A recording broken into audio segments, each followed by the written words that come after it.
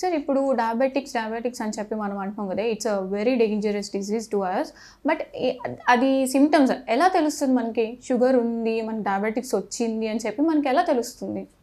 డయాబెటీస్లో symptoms చాలా కామన్గా ఈ సిమ్టమ్స్ చూస్తూ ఉంటాం. ఎక్కువసార్లు పాస్కి వెళ్ళడం కానీ, ఎక్కువ దాహం వేయటం, ఆకలి ఎక్కువగా ఉండటం, మరి అన్ఎక్స్ప్లెయిన్డ్ వెయిట్ లాస్, కారణం లేకుండా చిక్కిపోతూ ఉంటారు.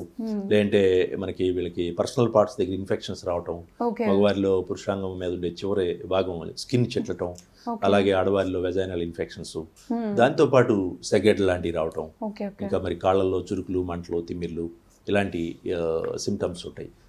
దురదృష్టం కొద్దిగా ఏంటంటే 50% మందిలో ఎటువంటి సిమ్టమ్స్ ఉండవు. వాళ్ళు ఏదో రొటీన్ చెకప్కి వెళ్తారు, రొటీన్ హెల్త్ చెకప్కి వెళ్ళినప్పుడు, లేదంటే వాళ్ళ ఊర్లో ఏదైనా క్యాంప్ పెట్టినప్పుడు షుగర్ చెక్ చేయించుకుంటేనో షుగర్ బయటపడుతుంది. ఇంకా ఫనీగా ఏంటంటే ఇంట్లో కొంతమందికి గ్లూకోమీటర్స్ ఉంటాయి, వాళ్ళ పేరెంట్స్, గ్రాండ్ పేరెంట్స్ షుగర్, అలాంటప్పుడు వాళ్ళు కూడా ఎవరిని తీసుకొని చెక్ చేసుకుంటారు. చెక్ చేసుకుంటే అప్పుడు షుగర్ ఏదో 200, 300 ఉన్నట్టు బయటపడుతుంది.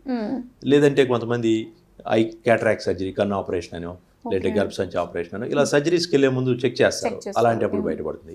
అందువల్ల 50% మందిలో సిమ్టమ్స్ లేకుండా డయాబెటీస్ ఉండే అవకాశం ఉంది. కాబట్టి మరి ఎర్లీగా చూసుకోవాలి.